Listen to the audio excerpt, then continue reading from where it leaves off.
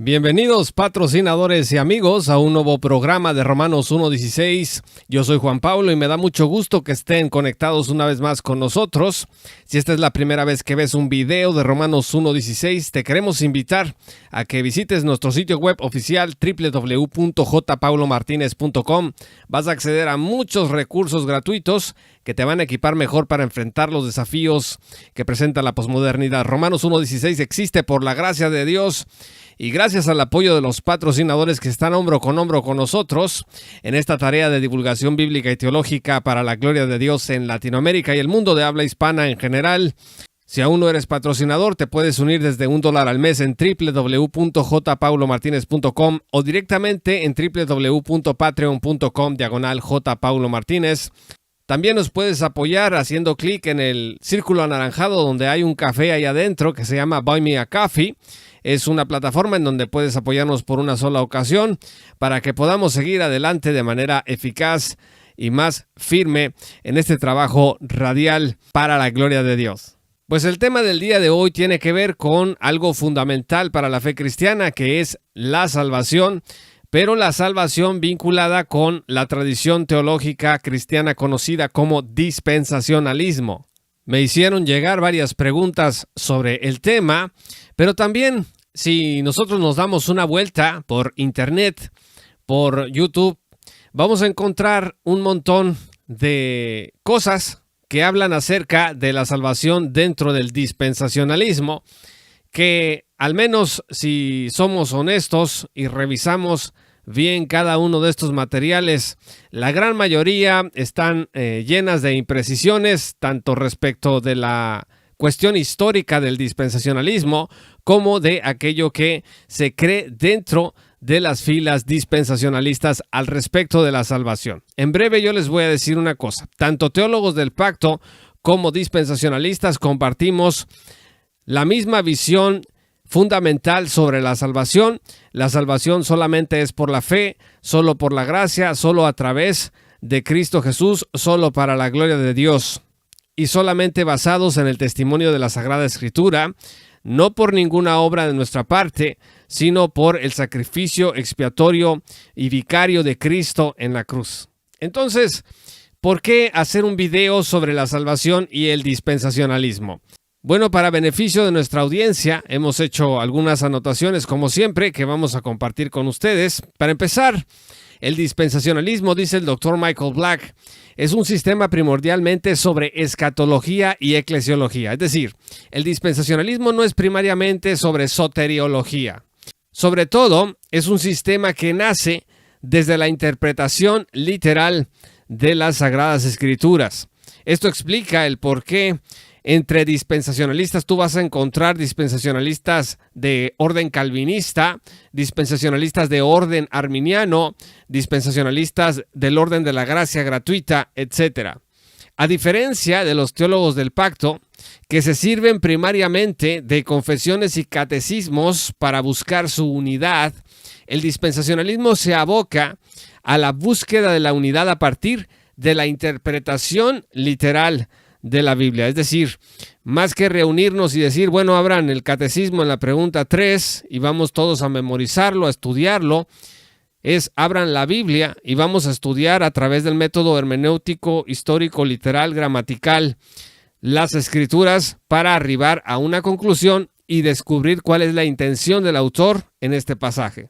No quiere decir que todos los que consultan catecismos y confesiones nosotros lo hacemos. Hay cierto carácter confesional en lo que hacemos nosotros. No quiere decir que los que consultan catecismos o confesiones no realizan un trabajo exegético y hermenéutico. Simplemente significa que dentro de la tradición dispensacionalista no hay una invocación constante de catecismos o de confesiones. Ahora, para aquellos cristianos que provienen de trasfondos teológicos pactuales, las diferencias que existe entre un dispensacionalista y otro dispensacionalista les parece un defecto del sistema como tal. Mientras ellos, por ejemplo, apelan a la confesión de fe tal o cual como herramienta crucial de instrucción, como lo mencioné, los dispensacionalistas dicen, ¿dónde dice la Biblia X cosa para que yo lo crea? En realidad, las diferencias no son un defecto necesariamente, además de que los teólogos del pacto también tienen sus diferencias entre ellos. Los dispensacionalistas, amigos, difieren en el número de dispensaciones que reconocen en la Biblia, por ejemplo, en los elementos que consideran constitutivos para ser calificados como dispensacionalistas, o en el sentido de ciertas doctrinas cristianas denominadas secundarias, que no quiere decir eso que sean menos importantes. Pero cuando se trata de la salvación, se puede observar una gran unidad entre dispensacionalistas. Pero antes de tratar lo de la salvación, quiero hacer un comentario breve acerca de las diferencias que existen entre dispensacionalistas y la herencia que tienen en común. Por ejemplo, el pastor John MacArthur dice que es dispensacionalista solo porque reconoce que existe un plan futuro para Israel. Y respecto de las dispensaciones, dice que existe una manera en cómo Dios trata antes de la caída y después de la caída, y antes de la cruz y después de la cruz. En cambio, el doctor Charles Riley, un dispensacionalista también, reconoce junto con los dispensacionalistas clásicos 7 dispensaciones, mientras que John MacArthur, como dispensacionalista, intenta desmarcarse todo lo que puede de C.I. Scofield y de Lewis Perry Schaeffer, por ejemplo. El doctor Charles Riley trata de vincularse con ellos, reconociendo que su trabajo fue y es de enorme valor para la iglesia. Entonces, hay dispensacionalistas que se disculpan por sus antecedentes históricos. Algunos de estos dispensacionalistas se han llamado a sí mismos progresivos. Otros quisieran que Scofield jamás hubiera existido porque sienten que Scofield mancha de alguna manera la herencia teológica a la que dicen pertenecer. Y todos estos detalles, lamentablemente, son la comidilla de muchos críticos del dispensacionalismo el día de hoy. Ahora, personalmente, amigos, yo no creo que debamos disculparnos por Scofield. Aquí tengo una copia de la Biblia de Estudio Scofield. Esta es la Old Scofield Bible, o sea, la edición vieja de la Biblia de referencia Scofield. Esta es la edición en inglés. Es una joya, la verdad. Aquí dice Scofield Study Bible. Bueno, pues personalmente esta Biblia de referencia Scofield, me parece que no debemos disculparnos. Yo creo que no debo disculparme.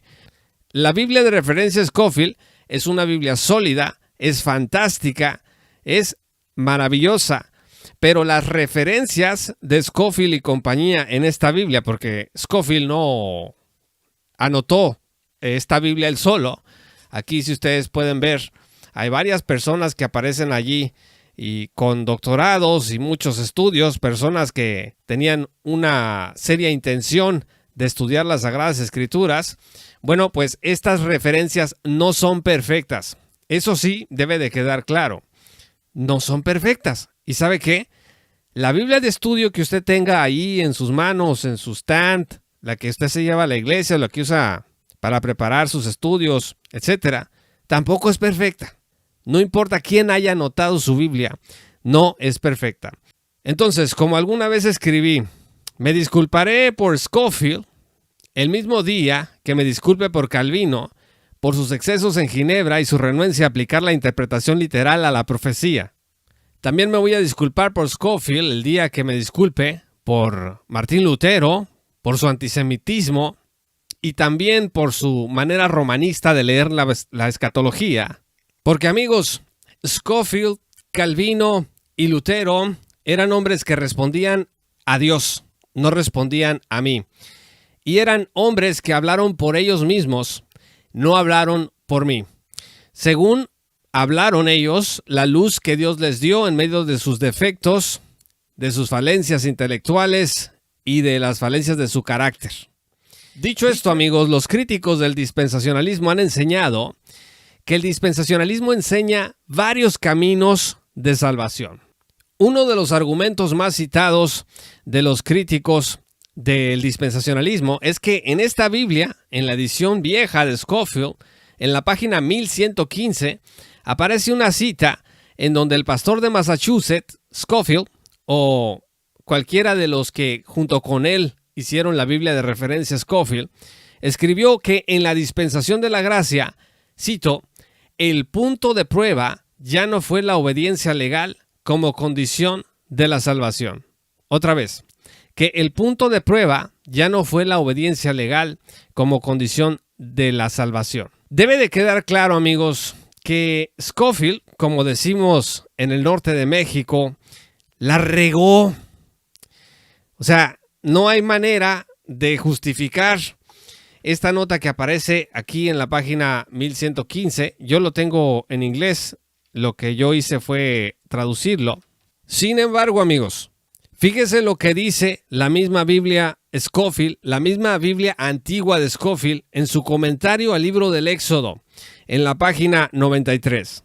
Dice aquí, es extremadamente importante observar, número 2, que la ley no fue propuesta como un medio para la vida o de vida, sino como un medio por medio del cual Israel se convertiría en un tesoro particular y en un reino de sacerdotes. Una vez más voy a repetir, es extremadamente importante observar, número 2, que la ley no fue propuesta como un medio para la vida. Aquí está muy claro, en la misma Biblia Scofield, que la ley no puede darle vida a nadie.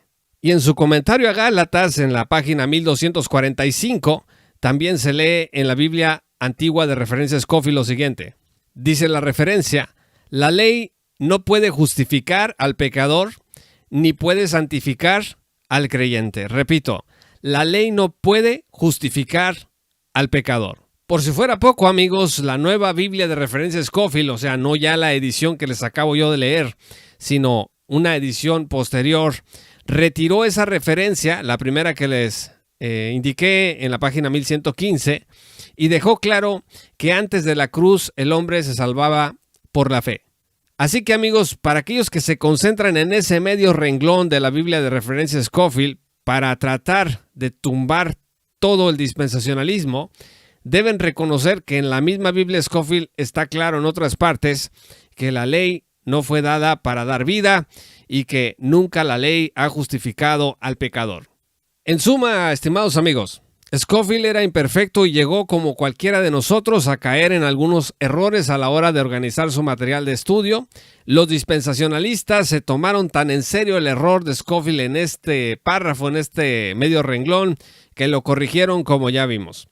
Otro que ha sido blanco de ataques por parte de los opositores del dispensacionalismo ha sido el Dr. Lewis Perry Chafer, el fundador del seminario Dallas. Y fíjense, un dato curioso histórico es que la Asamblea Nacional Presbiteriana de los Estados Unidos en su tiempo denunció o apuntó que Lewis Perry Chafer estaba enseñando diversos caminos de salvación. Perry Chafer, en un escrito llamado Dispensational Distinction Denounced, escribió contundentemente lo siguiente, cito, jamás nadie se salvó nunca sobre otra base que no fuera la sangre de Cristo. También, amigos, en su obra Grace o Gracia, apuntó muchos años antes de que la Asamblea General de la Iglesia Presbiteriana en los Estados Unidos hiciera su señalamiento, Perry Chafer anotó que, cito, la ley nunca fue dada como medio de salvación y justificación. Repito, la ley nunca fue dada como medio de salvación y justificación. Y es que Lewis Perry Chafer fue alumno, su mentor de él fue Scofield, entonces hay por ahí una relación muy íntima entre el dispensacionalismo de Scofield y el dispensacionalismo de Lewis Perry Chafer. Sin embargo, amigos, los críticos del dispensacionalismo no dejan de comunicar la falsa idea, porque es una idea falsa, de que el dispensacionalismo enseña como sistema varios caminos de salvación. Quizá la confusión está en que cuando escuchan la palabra dispensación, piensan que para el dispensacionalismo una dispensación es un camino de salvación. Entonces, si un dispensacionalista dice que hay 7 dispensaciones en la Biblia, entonces dicen, entonces para esa persona hay 7 caminos distintos de salvación. Y para esto, en el libro Dispensationalism del Dr. Charles Rydick, se los recomiendo muchísimo. Este es un libro que a muchos críticos del dispensacionalismo, si lo leyeran con atención, quizá dejarían de hacer tantas preguntas sobre los mismos temas, porque aquí están respondidas muchas de ellas. También hay una obra del Dr. Blank que se llama igual, pero esa es más reciente. Bueno, pues el Dr. Charles Ryrie explica lo siguiente sobre la doctrina de la salvación. Escuchen esto. Número 1. La base de la salvación siempre ha sido en toda la historia la sangre de Cristo. Número 2. Para salvarse siempre se ha requerido fe. Número 3. El objeto de esa fe siempre ha sido Dios. Y número 4. El contenido de esa fe ha variado de dispensación a dispensación. Y aquí es donde los teólogos del pacto se separan de los dispensacionalistas. Porque para los teólogos del pacto, el contenido de la fe siempre ha sido el mismo desde el Edén hasta el día de hoy. Es decir, la muerte expiatoria y vicaria de Cristo en la cruz. Nosotros acabamos de decir que la base de la salvación siempre ha sido la sangre de Cristo, pero que el contenido de la fe que siempre se ha requerido, cuyo objeto siempre ha sido Dios, ese contenido ha variado de acuerdo a la revelación progresiva de Dios. Los teólogos del pacto, o muchos de ellos, no reconocen el carácter progresivo de esta revelación en este sentido. Por ejemplo, algunos teólogos del pacto han dicho que Adán se salvó porque Adán tenía en mente el sacrificio futuro de Cristo en la cruz por sus pecados. O sea, pónganse a pensar en esto. Adán, en el libro de Génesis, tenía en la mente el sacrificio expiatorio de Cristo en la cruz futuro, y entonces tuvo fe en ese sacrificio futuro de Cristo en la cruz, y por eso Dios lo salvó. Eso, amigos, por muy bonito que se escuche, es muy, muy improbable. Los santos del Antiguo Testamento en general no conocían el futuro con este tipo de detalles. ¿Cómo se salvaban entonces? Creyendo en Dios según el contenido de la fe en cada dispensación, es decir, según lo que Dios iba revelándole a la humanidad. Por ejemplo, y utilizando las categorías dispensacionalistas clásicas, en la dispensación de la inocencia, que es como se le llama a la dispensación en donde está Adán, el hombre debía guardar el jardín. En la dispensación de la era patriarcal, donde está Abraham, el hombre debía permanecer en la tierra prometida y caminar con Dios. Y en la dispensación de la ley, donde está Moisés, el hombre debía obedecer la ley y caminar con Dios. No se salvaban, sin embargo, nadie, ni por guardar el jardín, ni por permanecer en la tierra prometida, ni por cumplir la ley. Se salvaban solamente a través de la fe en Dios, por creer en Dios, solo por tener fe en el Señor, solo por su gracia redentiva, por nada más que eso. Entonces, pongan atención, estimados amigos. Una dispensación, por tanto, no significa un nuevo camino de salvación. Otra vez, una dispensación, por tanto, no significa un nuevo camino de salvación. Una dispensación es una forma en que Dios se relaciona con la humanidad, una economía o una administración determinada por la soberana voluntad del Señor. Estimados amigos, Dios en todas las dispensaciones, no importa si un teólogo determina que fueron 4 o determina que fueron 7, en todas las dispensaciones ha actuado con gracia. Siempre ha sido un Dios de gracia. Fíjese que Juan 1:17 dice lo siguiente: pues la ley fue dada por medio de Moisés, mientras que la gracia y la verdad nos han llegado por medio de Jesucristo. ¿Significa esto, amigos, que antes de Cristo no había gracia? No, no significa eso. Significa que después de Cristo, la gracia anteriormente manifestada no se compara para nada con la gracia en Cristo Jesús nuestro Señor. Dios siempre ha sido un Dios de gracia a través de todas las dispensaciones. Por eso, cuando los dispensacionalistas hablamos o hablan de la dispensación de la gracia, que es la dispensación de la iglesia, algunos críticos dicen, quiere decir entonces que para ustedes no había gracia antes.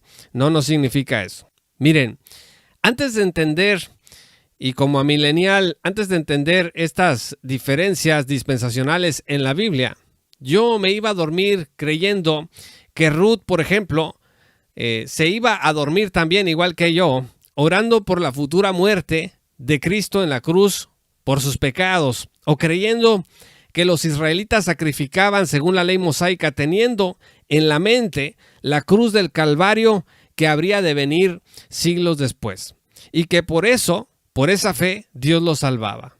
Pero no fue así, amigos. Aunque algunos santos del Antiguo Testamento, Dios les dio la oportunidad de divisar al Mesías, y pueden ver el caso de Moisés en Hebreos 11, versículo 26 al 27, la mayoría de los israelitas que sacrificaban, de acuerdo con la ley mosaica, lo hacían teniendo fe en Dios y en su promesa de que ese sacrificio que ofrecían haría expiación por sus pecados, no porque tenían en mente el sacrificio de Cristo en la cruz en el futuro, y que los sacrificios que Dios estableció en la dispensación de la ley servían para expiar los pecados.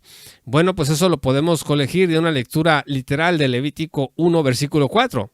Fíjese lo que dice: pondrá su mano sobre la cabeza de la víctima, la cual le será aceptada en su lugar y le servirá de propiciación. Y en este mismo sentido, en el capítulo 4, los versículos 26 al 31 dicen lo siguiente: toda la grasa del animal la quemará en el altar, tal como se hace con el sacrificio de comunión. Así el sacerdote hará expiación por el pecado del gobernante, y su pecado le será perdonado. Si el que peca inadvertidamente es alguien del pueblo e incurre en algo que los mandamientos del Señor prohíben, será culpable. Cuando se le haga saber que ha cometido un pecado, llevará como ofrenda por su pecado una cabra sin defecto. Pondrá la mano sobre la cabeza del animal y lo degollará en el lugar donde se degüellan los animales para el holocausto. Entonces el sacerdote tomará con el dedo un poco de sangre y lo untará en los cuernos del altar del holocausto, después de lo cual derramará el resto de la sangre al pie del altar.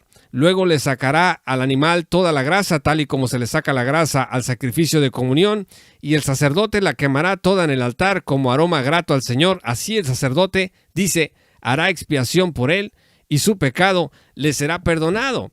Entonces, cuando un antiguo israelita iba y ofrecía un sacrificio en esta dispensación de la ley, ese sacrificio le aseguraba a él, de acuerdo con la promesa y la revelación de Dios hasta ese momento, que su pecado era perdonado. En el Nuevo Testamento, amigos, aprendemos que estos sacrificios no quitaban el pecado totalmente, porque un animal no era suficiente para lograrlo. Debía morir el Cordero de Dios sin mancha en nuestro lugar.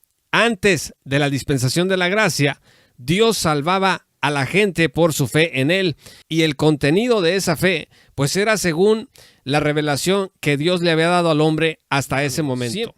Entonces, debemos de concluir que el dispensacionalismo enseña solamente un camino de salvación que tiene su base en la sangre de Cristo, que siempre ha requerido fe, que el objeto de esa fe siempre ha sido Dios, aunque el contenido de esa fe haya variado de acuerdo a las dispensaciones. Debe de ser suficientemente evidente que los dispensacionalistas afirmamos o afirman que solamente existe un camino de salvación a través de diferentes dispensaciones. Muchas gracias por ver este video. Yo soy Juan Pablo de Romanos 1:16.